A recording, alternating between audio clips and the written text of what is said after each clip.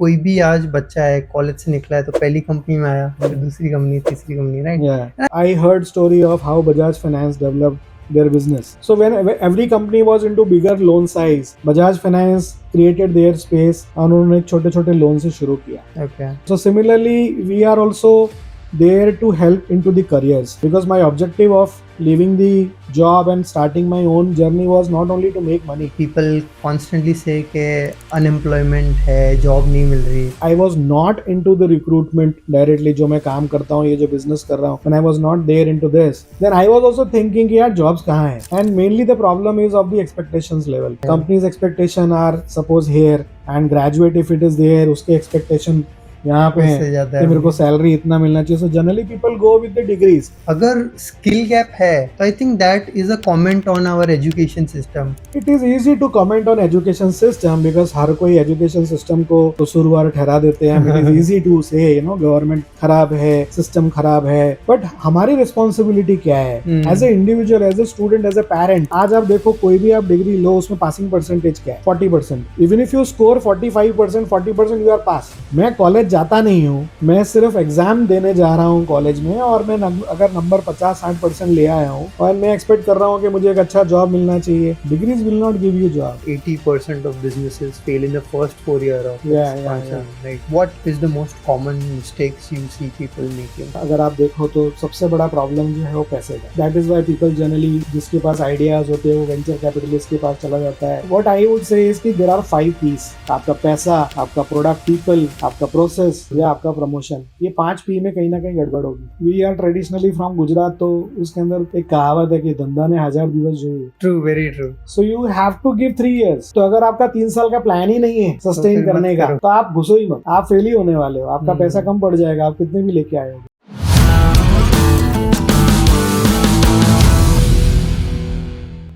Hello everyone and welcome back to my channel. Today we are joined by Mr. Amit Kumar Saxena, who is the founder of UniStation, JobStation and IBF, 3 companies. So he's a serial entrepreneur and he specializes in the industry of creating jobs, or guiding people for jobs and career counseling overall. Correct? Right.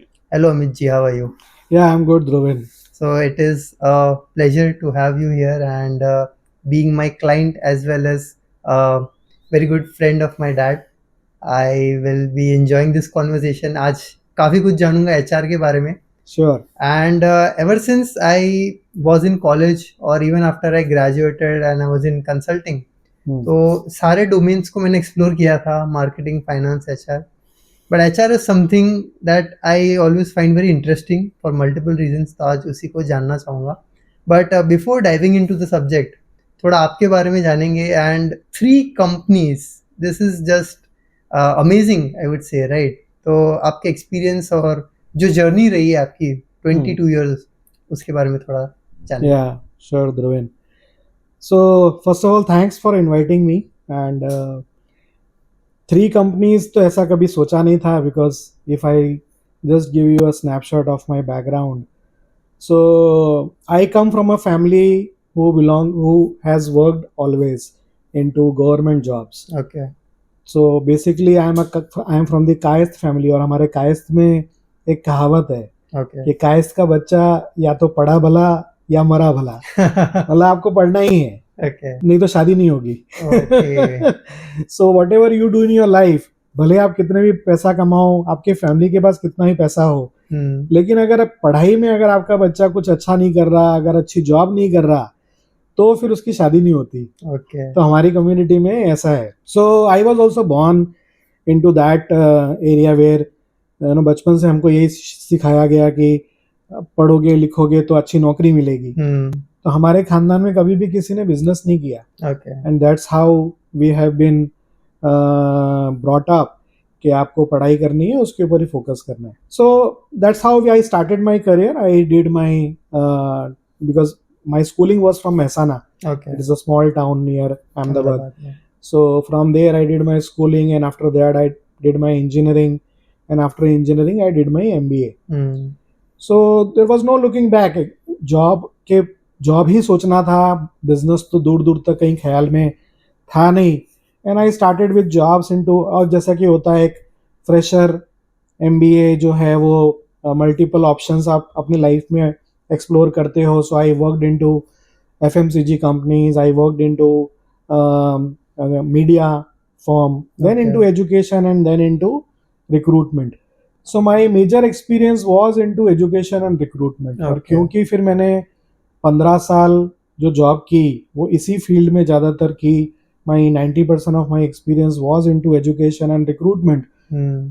So then I thought that, after 15 years of experience, कि चलो अब I have reached to a level where I was handling Pan India team. There were around 200, 300 people are working under me, and I was doing recruitments Pan India. So I started with that vision कि if I can handle a business in a company where I am responsible for P&L, so then why not, to start our own journey. So that gave me idea. Then in 2017 I started Job Station. Okay. So when we started Job Station in 2017, so of course the what we do there is for recruitments. But later on we started Unistation. So Unistation generally it is for the education purpose. So those who are doing jobs in the companies and they want to grow to the next level, then they are doing the online course. So that is why, because it was complementing my existing business. क्योंकि जो जिन लोगों को आप job दिलाते हो वो फिर आगे करियर में कहीं अटक रहे हैं, so then they need a qualification to get the promotion and all that, and that is why we were doing this education business, and my background was also supporting it क्योंकि मैंने 8 साल वो इस एजुकेशन इंडस्ट्री में भी काम किया था. So I was doing that also. True. Then we have started IBF. IBF is to for the freshers, because freshers को skill development हम लोग सिखाते हैं, and we train them for banking jobs. Okay. So if you see the overall these three companies businesses are interrelated. So someone who wants to start his career, then IBF is there to train him into banking skills, and then they will give them a first job. Then after certain years of experience, then they will have need promotion or something like that. If they want to grow, then they can join Unistation and do online courses from there. Yeah. And Job Station is there to give them job opportunities throughout their life, because we are into mid-level and senior level recruitments. So that is how the entire things is interrelated. So we opened 3 different companies, and it is going well as of now. That is absolutely amazing, and the way you have created an ecosystem. Yeah. कि कोई भी आज बच्चा है college से निकला है तो पहली कंपनी में आया, फिर दूसरी कंपनी, तीसरी company, right? Yeah. And I think like that really helps in the long run कि आप एक ही कस्टमर को अलग-अलग तरीके से कैसे सर्व कर रहे हो. Right. Right. That makes a lot of sense. So that idea, Dhruvin, came to me from, because देखो हम लोग, see, we should be always keep our eyes and ears open. Yeah. So I heard story of how Bajaj Finance developed their business. Okay. So when every company was into bigger loan size, Bajaj Finance created their space और उन्होंने छोटे छोटे loan से शुरू किया. Okay.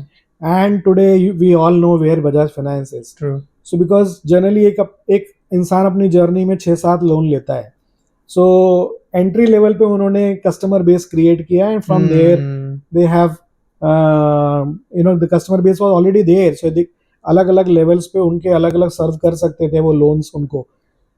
So similarly we are also there to help into the careers. Because my objective of leaving the job and starting my own journey was not only to make money. Financially I was sound in 15-20 सालों में जो मैंने earn किया था, that was enough to safeguard the family and all that. But I wanted to do on my own something where I can give value to the society and create some impact into the lives. So that was the objective behind it. So we started all this. Yeah, that's great. So amazing journey, and like आपका जो purpose है, like the previous podcast I had with my ex-boss, he said that any businessman should have a why. Right. And you have a very clear why. So very clear. So because when I was doing jobs, I was going to campus interviews, because our role at that time was to recruit fresh graduates, train them and place them into the banks. Okay. So all the top banks were our clients at that time. And so when I was going to campuses across India, I have traveled. So I have seen के problem सब जगह एक ही है. You know, there are in whatever state you go, the mindset generally is same of freshers. कि वो there is a lack of clarity. What should I do? And even if the clarity is there, then they don't know where to go. And if someone can train them in smaller things, जैसे उनको छोटे छोटे skills अगर हम update कर देते हैं, upgrade कर देते हैं, तो फिर they will get the job opportunities. But in the existing system, when I was working, it was not possible to serve the entire crowd because we were focusing only on one part of the skill development. So then I thought कि let's make it broader. So that is why we started all this. That's amazing. Now, Amit ji, I would love to know more about the industry of Yeah. HR recruitment, right? Yeah. अभी हम market में देखें तो there are a lot of freshers and people constantly say कि unemployment है, job नहीं मिल रही, right? There are a lot of agencies as well, and there are a lot of businesses who want to employ these people as well. तो supply भी somehow है, demand भी है, but still there is a huge gap. Right. So can you explain more about what's happening in the industry? Okay, so you rightly said that demand and supply both is there. Generally, when I was not into the recruitment directly, जो मैं काम करता हूँ, ये जो business कर रहा हूँ, when I was not there into this, then I was also thinking कि यार jobs कहाँ हैं? Jobs available नहीं है market में या difficult है मिलना. But when I started recruiting, when I was working and in my job also now from last almost 10-12 years, I am doing this. So I said अब मुझे ऐसा लगता है कि कैंडिडेट कहाँ है बिकॉज भले इंडिया की आबादी कितनी भी हो but the skill gap is there what we study in our colleges वो तो काम और जॉब में कहीं होता ही नहीं है so the skill gap is always there and mainly the problem is of the expectations level companies expectation are suppose here and graduate if it is there उसके एक्सपेक्टेशन यहाँ पे है कि मेरे को सैलरी इतना मिलना चाहिए so generally people go with the degrees कि मैंने अगर ग्रेजुएशन किया है तो मुझे एक्स सैलरी मिलनी चाहिए मैंने एमबीए किया है तो मुझे वाई सैलरी मिलनी चाहिए बट ऐसा नहीं होता है सैलरी जो है वो आपको आपकी कैपेबिलिटी के हिसाब से मिलती है the work that you select उसके हिसाब से आपको सैलरीज मिलते हैं जो रिजल्ट आप देने वाले उसके हिसाब से आपको सैलरीज मिलते हैं ना कि आपका बैकग्राउंड क्या है आपका खर्चा क्या है आपका क्वालिफिकेशन क्या है उसके बेसिस पे आपको सैलरीज नहीं मिलती दैट इज वेरी ट्रू तो ultimately what you are saying is कि स्किल का गैप है या right so if I talk from that perspective के एज आई सेड काफी सारी एजेंसीज है and there is a lack of skill so do you think there is a potential के if there is some business like you yourself are doing who can help these unemployed or freshers to gain these practical skills there can be any improvement in the industry? Yeah, definitely, because see now there are a lot of companies those who are there into skill development. So industry को skill की जरूरत है तो ये companies क्या करती हैं वो स्किल आइडेंटिफाई करती हैं बच्चों को वो ट्रेनिंग देते हैं और वो ट्रेनिंग देने के बाद वो डिप्लॉयमेंट करते हैं so that process is already there are many company those who are working into this into different sectors अगर मैं आपको एक एग्जांपल दूं जो एक आम जनता भी सुन पाए समझ पाएगी कि जैसे एप्टेक और एनआईटी का आपने नाम सुना होगा which were very old institutes like you know जब हम लोग पढ़ते थे स्कूल्स में कॉलेजेस में तब हम लोग वो एक कंप्यूटर कोर्स चलाते थे वो लोग C++, जावा ये सब या MS ऑफिस ये सब आप कंप्यूटर लाया कौन इंडिया के अंदर कंप्यूटर तो आ गया बट सिखाने वाला कोई नहीं था बिकॉज कॉलेज में तो सिखाया जाता नहीं था so from where you will learn computer तो आपको ये एप्टेक एनआईटी वगैरह पे जाएंगे आप वहाँ पे स्किल डेवलप करोगे और फिर आपको एक कोई ना कोई जॉब्स जो है वो आप मिल सकती है so that thing has gone to different levels now it is not related to only IT sector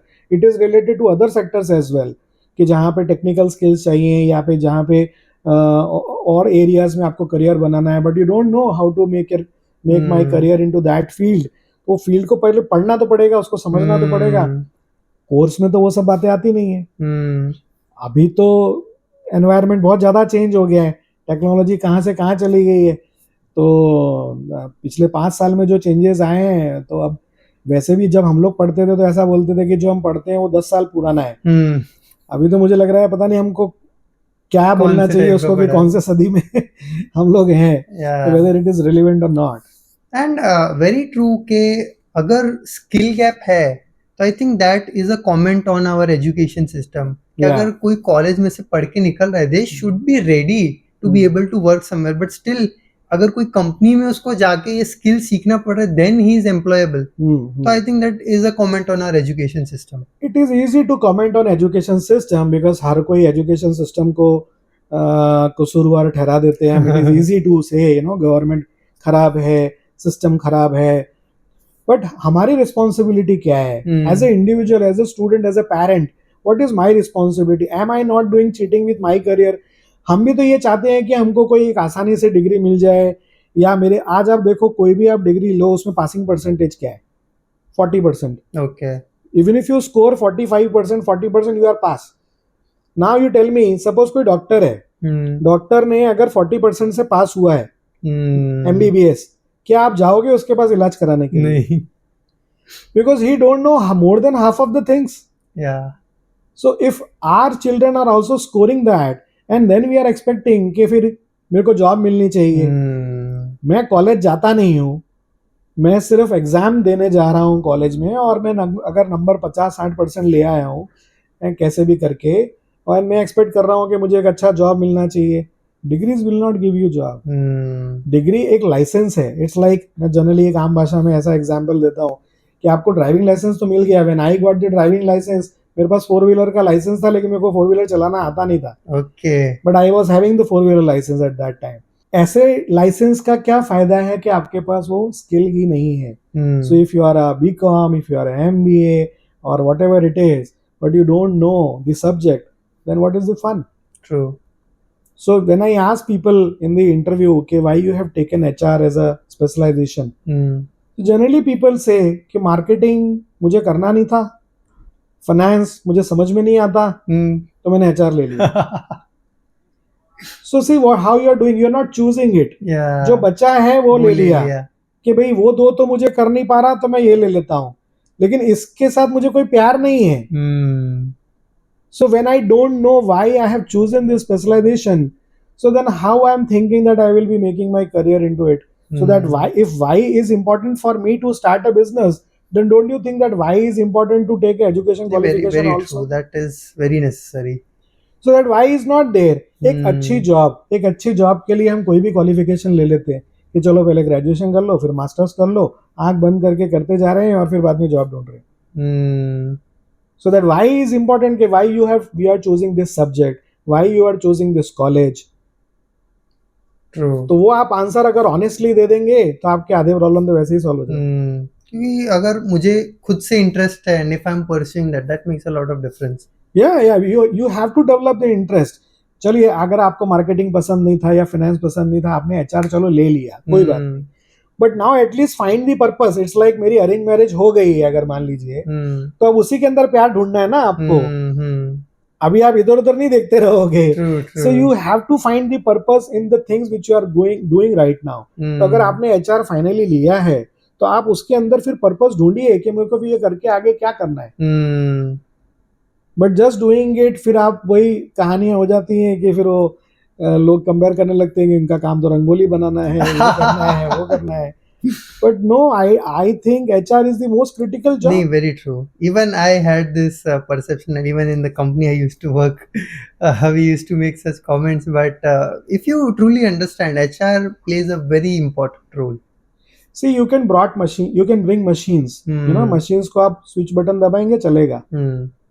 आप एम्प्लॉय पहली बात तो ला नहीं सकते, और अगर मतलब आसानी से नहीं ला सकते, बिकॉज जनरली क्या है कि अगर आप कोई मशीन मान लीजिए परचेज करते हैं, तो मैं आपने पैसे दिए, मशीन आ गई, मशीन आपको मना नहीं करती कि मेरे को आपकी कंपनी में नहीं आना. But these are humans, they will check 10 things in your company before joining.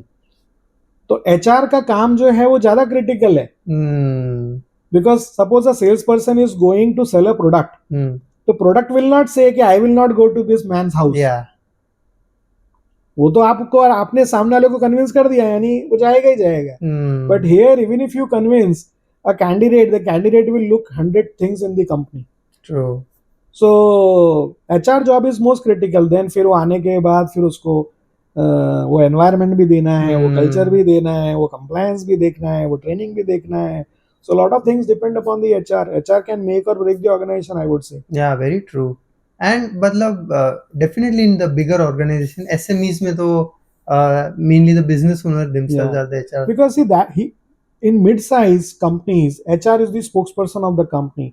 Because Hmm. जो टॉप मैनेजमेंट है वो रेडिली अवेलेबल नहीं होते हैं आपकी बात सुनने के लिए, या उनका अपना काम रहता है. सो HR is the person who is between the management and the employee. Hmm. तो जो अब HR के पास अगर कोई एम्प्लॉय जा रहा है कुछ बोलने के लिए तो वो मैनेजमेंट के पास जाएगा, मैनेजमेंट ने उसको कुछ बोला तो again he will convey the same thing to the employ. Hmm. So that communication is very important, that how he is communicating and what he is communicating. Hmm. So that will create the trust and the confidence in the team's mind. Hmm. So that plays a major important role. Very And that true. is why since the number of vacancies in HR role is lesser as compared to marketing and finance, so people hire HR from top institutes Hmm. because they can't compromise there. Exactly. So, like, HR के जैसे आपने बोला, like, bigger organizations have dedicated HRs, and SMEs tend to Yeah. depend on external agencies like yourself, right? Yeah. So, getting to know more about the HR agency industry, right? Yeah. जैसे we originally started with that, फिर वहाँ Yeah. से career पे आ गए. But I would like to know more about this business of, like, owning an HR agency. On paper और इन someone's mind it looks very easy कि कुछ नहीं, portal पे से प्रोफाइल दो, बिजनेस को भेजो, वो ओके बोला, इंटरव्यू करवा के लेके कमीशन ले लो, Right. Right? So how exactly is an HR agency run, and what are the nitty-gritties of this business? Yeah, process wise it's same what you are saying कि requirement आया है उसमें से फिर आप कॉलिंग करके कैंडिडेट्स लाइन अप करो.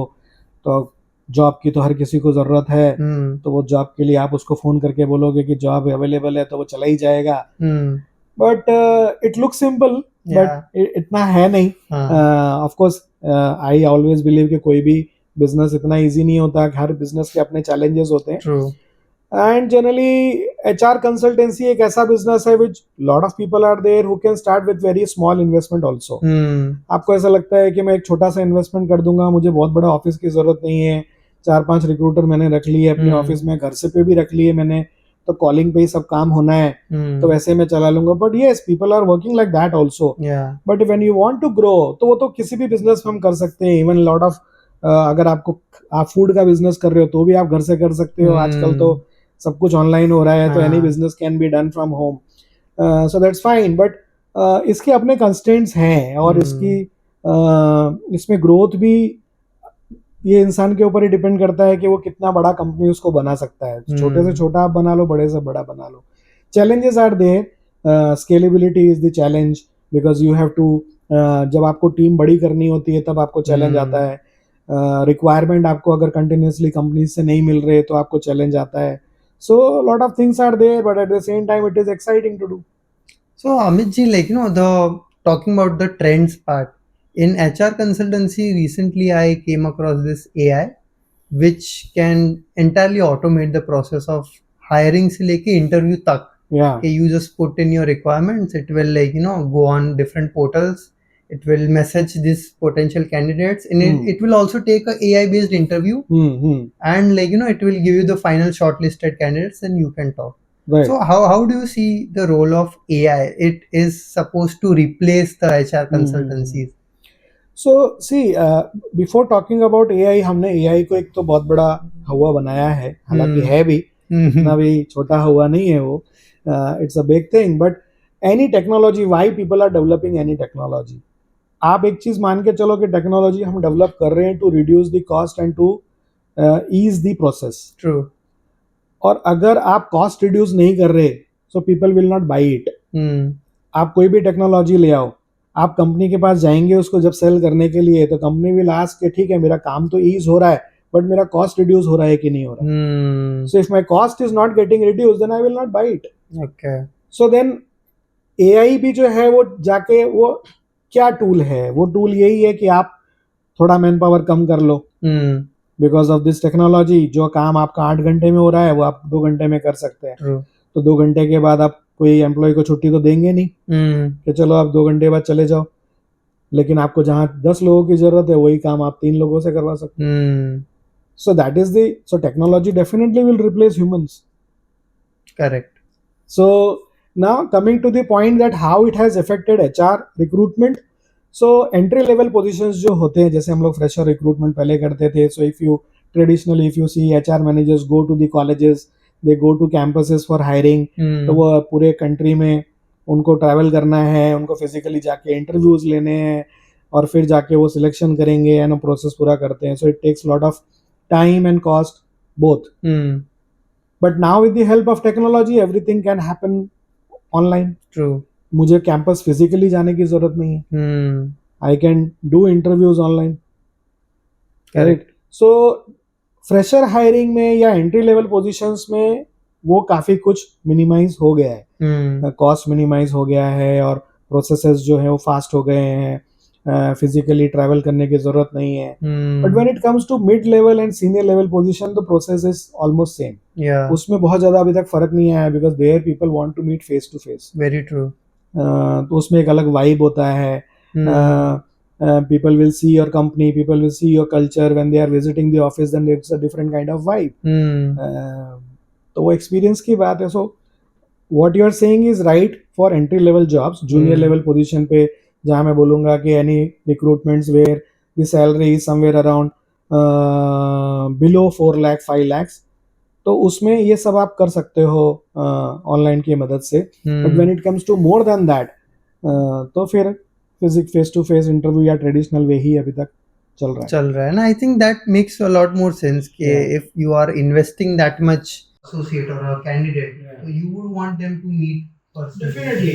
And because of COVID, if you see what changes have been done now, तो कोविड के टाइम पे work from home was the necessity. वो हमको करना ही था, चाहे हम चाहे नहीं चाहे. But now after all these years work from office के लिए लोग इंसिस्ट करते हैं. Companies are insisting for that. But many companies are there, those who have automized their products, their processes such that. तो अब है ना हर तीनों मोड्स चल रहे हैं. ऑनलाइन भी चल रहा है, ऑफलाइन भी चल रहा है और हाइब्रिड भी चल रहा है.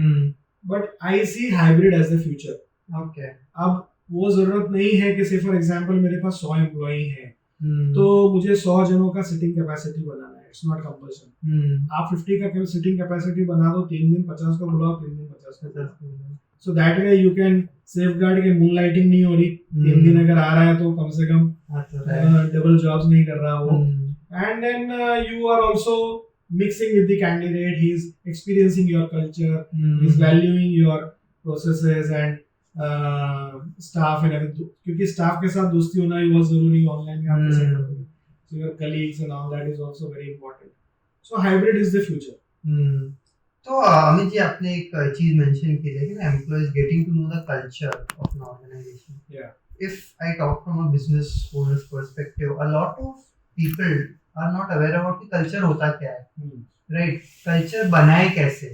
Right. Being an HR consultant and a business owner yourself, I visited your office and I think it's an amazing culture about how you interact with your employees and how they interact internally. What would you say on culture and how to build it and what is culture? See, there are many things which we can do on culture and all that, but to put it into simple words, trust is everything. Okay. So your team should trust you. You should trust your team. Correct. So how that trust will be built? See, initially when I started, I said I don't want to restrict my team in terms of timings. आपको छुट्टी लेनी है तो आप ले सकते हो because I think you are responsible people, so I will not cut your salaries. Okay. But दुनिया तो दुनिया है. So people have started taking advantage of it. They are not coming to office for 7 days, 8 days. In a month. कि मेरा ये problem है, मेरा वो प्रॉब्लम है. I never used to cut their salary, but then people are people, like they will take disadvantage also of that. So then you have to put the rules that okay, you will get so many paid leaves and these many then salaries will be deducted. तो आपको rules तो बनाने पड़ेंगे. Rules बनाने से क्या होता है कि ट्रांसपेरेंसी आती है. True.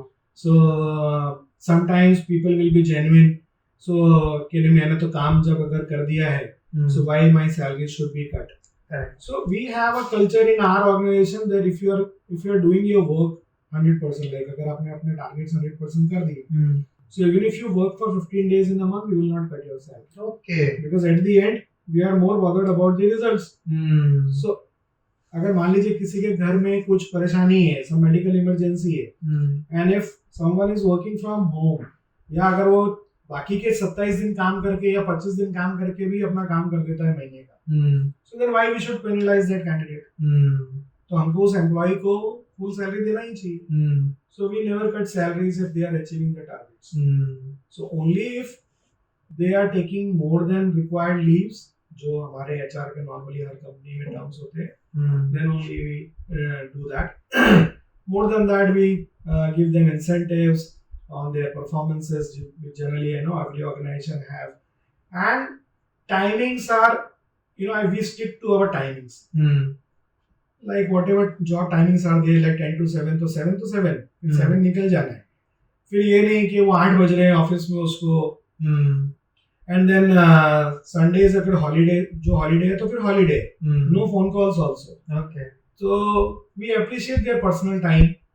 जो professional और personal को हम बहुत तरीके से manage करते हैं. So that way we try to build our culture. That is amazing.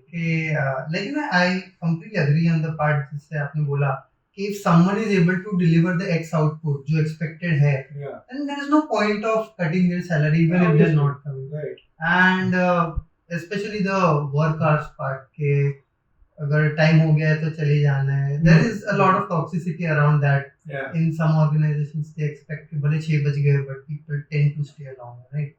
And Amit ji, like one thing I noticed when I've been interacting with you from past couple of months, you're very friendly with your employees and like anyone आपने किस्सा सुनाया था कि कोई interview देने आया था, आपने उसको पूरी करियर की राह बता दी, right?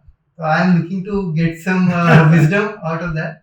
So if I talk from a career building standpoint, काफी candidates को एक confusion होता है कि I am well qualified, I can get the job done. But interview जो part है वहाँ पे काफी सारे लोगों को एक problem आती है कि how to prepare, what to say. If you were to give someone an advice, how to prepare for an interview?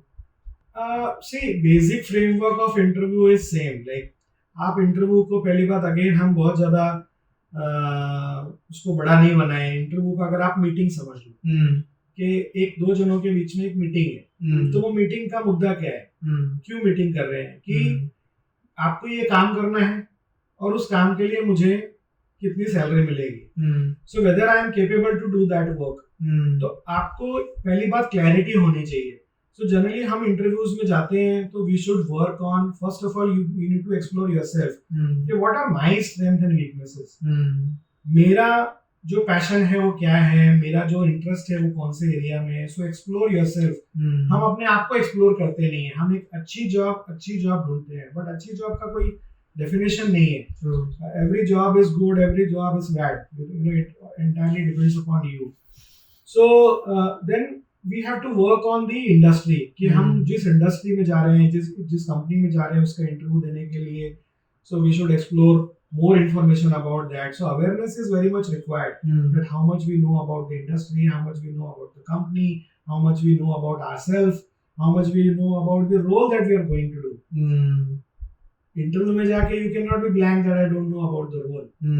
So you have to do homework beforehand, and then you have to talk on the basis that why someone should hire you and give you X salary for the work that you are trying to take. तो इसके ऊपर अगर आप काम करेंगे तो definitely the chances are there that you will clear the interview. हालांकि I can give you a framework also, like suppose अगर आप कुछ parameters ले लो, like see first of all is communication. Communication is important for every job. आप किसी भी job के लिए जाओ वो important ही है. Then nowadays that collaboration, that from where you will get the business done. आप कहाँ से लाओगे, what is your network, who knows you.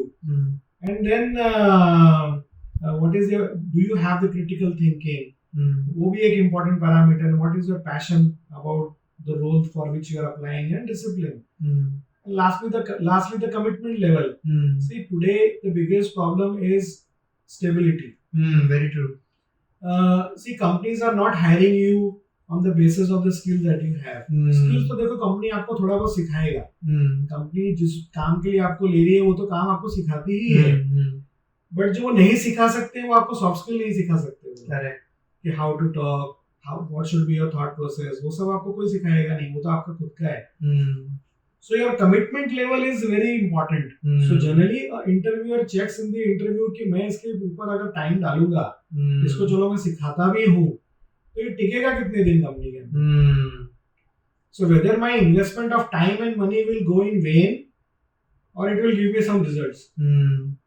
So in the interview, if he sees that you are this job is a stopgap arrangement for you, तो फिर वो interviewer आपको नहीं लेगा. तो अब ये आपके अंदर है कि आप उसको कैसे कन्विंस करते हैं कि no, it is my long term affair, कि I want to make my career into this industry. वो आपको अपने सिर्फ बोलने से नहीं होगा, आपने ऐसे कोई काम किए हुए होने चाहिए जिससे उसको कन्विंसिंग लगे कि आपको ये जॉब इम्पोर्टेंट क्यों है या आप कर सकते हो. करेक्ट. तो दिस वाज फॉर कि अगर कैंडिडेट इंटरव्यू देने जा रहा है तो right, and you give a good clarity. But काफी बिजनेस ओनर्स को भी क्लैरिटी नहीं होती कि इंटरव्यू लेना कैसे है, right. You being the mediator candidate और कंपनी के बीच में.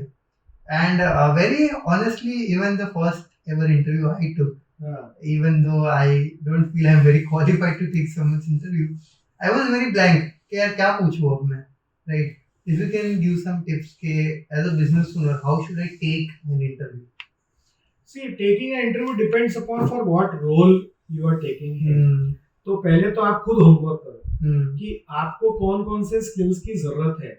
पहले आइडेंटिफाई करो उसका रोल क्या है जिस काम के लिए हम लोगों को ले रहे हैं. तो जनरली हमें पता होता है कि हमको ये उससे काम करवाना है, लेकिन ये काम करने के लिए क्या काबिलियत उसके अंदर होनी चाहिए. ये एक होमवर्क भी हमको एम्प्लॉयर को करना चाहिए. कि जैसे आप रिज्यूम देखते हैं, तो रिज्यूम देखते हैं तो उसका देखिए बैकग्राउंड चेक करना बहुत जरूरी है. उसकी अभी तक की जर्नी कैसे रही.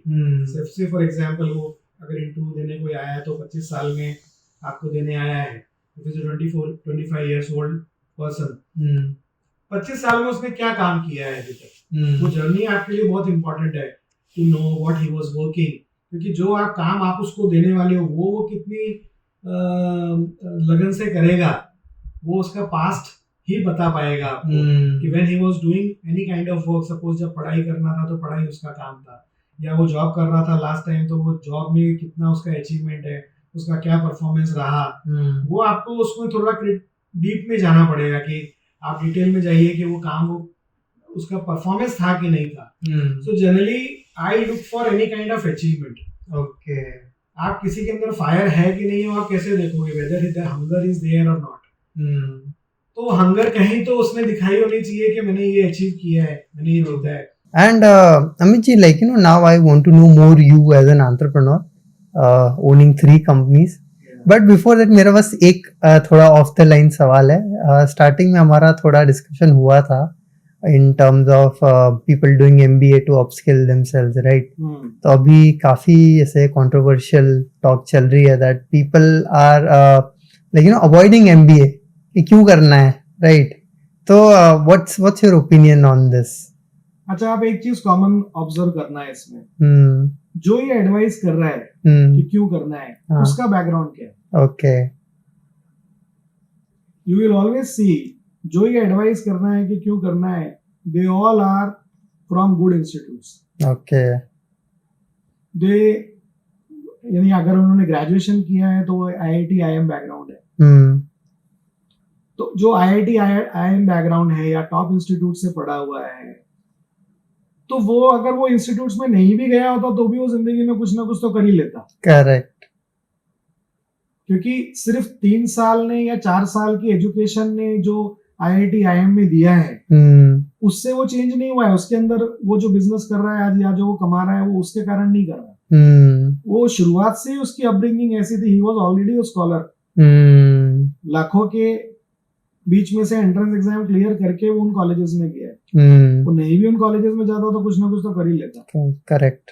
But what we are talking about is कि जो मीडियोकर है, जो 50, 60, 70% वाला है, उसको अगर आप ऐसे रोकेंगे कि पढ़ाई करना बेकार है, तो वो तो वैसे भी बदमाशी कर रहा है कॉलेज में, तो उसको तो और बहाना मिल गया कि कुछ ना करने का।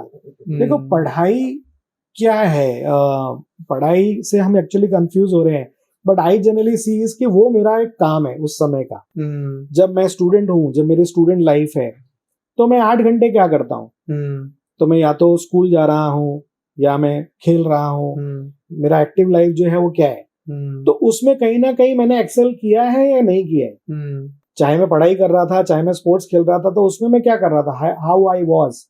तो क्योंकि वहां पे भी तो मुझे कहीं ना कहीं तो परफॉर्मेंस दिखानी चाहिए थी ना। अगर 20 साल में मैंने कुछ नहीं किया है, तो अब अचानक मैं जॉब में आके क्या कर लेने वाला हूँ। Correct. So I am not having a habit of winning. ये मैंने डेवलप ही नहीं की बचपन से। अब अचानक मैं ना ही मैं पढ़ाई करूं, ना ही मैं कॉलेज जाऊं, और मैं बस वीडियोस देख के बिजनेस कर लूं। करेक्ट। तो बिजनेस अगर इतना आसान होता तो फिर सारे बिजनेस ही करते। नहीं, सही बात है। Even like see in the hindsight के जिन बड़े बड़े लोगों ने बोला है कि एमबीए नहीं करना चाहिए, ये they come from very strong backgrounds. So they come from very strong background and see MBA क्यों नहीं करना चाहिए, बिकॉज अभी क्या है, वर्ल्ड बहुत डायनामिक भी हो गया है। सो एमबीए है क्या, वो आपको बिजनेस सिखाता है। सो बिजनेस सीखने के लिए अलग अलग तरीके हैं। कोई भी चीज सीखने के लिए अलग अलग तरीके हैं। या तो आप बुक से पढ़ लो, या आपका कोई मेंटर हो वो आपको पढ़ा दे, या आप अपने खुद के एक्सपीरियंस से सीख लो। करेक्ट। ऐसा तो नहीं है कि इंडिया में जितने या दुनिया में जितने लोगों ने भी बिजनेस किया है उन्होंने एमबीए किया ही है। You will get examples like that. But what is the probability? Probability क्या है? सपोज आप 10 ऐसे लोगों को ले लो जिन्होंने कोई पढ़ाई नहीं की, अनपढ़ लोगों को ले लो, और 10 पढ़े लिखे लोगों को ले लो कि जिन्होंने अच्छे से पढ़ाई की है। Now what is the probability that they will success in life? So I would say कि जिन्होंने नहीं काम पढ़ाई की है, या फिर पढ़ाई या कोई अचीवमेंट नहीं है उनका लाइफ में अभी तक 20-25 साल की उम्र तक, so probability is that 30% is the chance that they will succeed and 70% is the chance that they will fail. Okay. But if someone has excelled well during his student life or when he was, चाहे वो sports खेले चाहे student बने, कुछ भी, वो time पे अगर उसने अच्छा काम किया है, so 70% is the chance that he will do better in his career also. Okay. Because कोई भी काम करो, चाहे आप पढ़ाई करो चाहे आप बिजनेस करो, कोर इज सेम, कि आपको हार्डवर्क करना है और डिसिप्लिन में रहना है। So if you're not organized, if you're not disciplined, if you're not doing hard work, if you're not fighting और challenges आपको ले नहीं रहे आप लाइफ में, उससे बस आप एक्सक्यूज ढूंढ के निकल रहे हो, आप कुछ भी नहीं कर पाओगे, ना जॉब कर पाओगे ना बिजनेस कर पाओगे। Very true. Amit ji, you are speaking very highly of education. तो आपने जब इंजीनियरिंग के बाद एमबीए की थी, how did that contribute to your overall success or your career? Yeah, see, generally engineering में आपको सॉफ्ट स्किल्स की कमी होती है, तो वो आपको टेक्निकल स्किल्स ज्यादा सिखाता है। It does not groom you from management aspects. So वही है कि इंजीनियरिंग करने के बाद मुझे सेल्स का जॉब मिला। So I was doing sales of engineering products. Okay. So I was not good at it in the starting, so I didn't know how to talk with people or how to generate lead in the market and बहुत सारी चीजें जैसे sales का normal process होता है वो हमें नहीं मालूम। So I didn't do well in my first job. So then I thought that something is missing, and I'm talking about 2002. 2000. When in 99 I did my engineering. Okay. So after that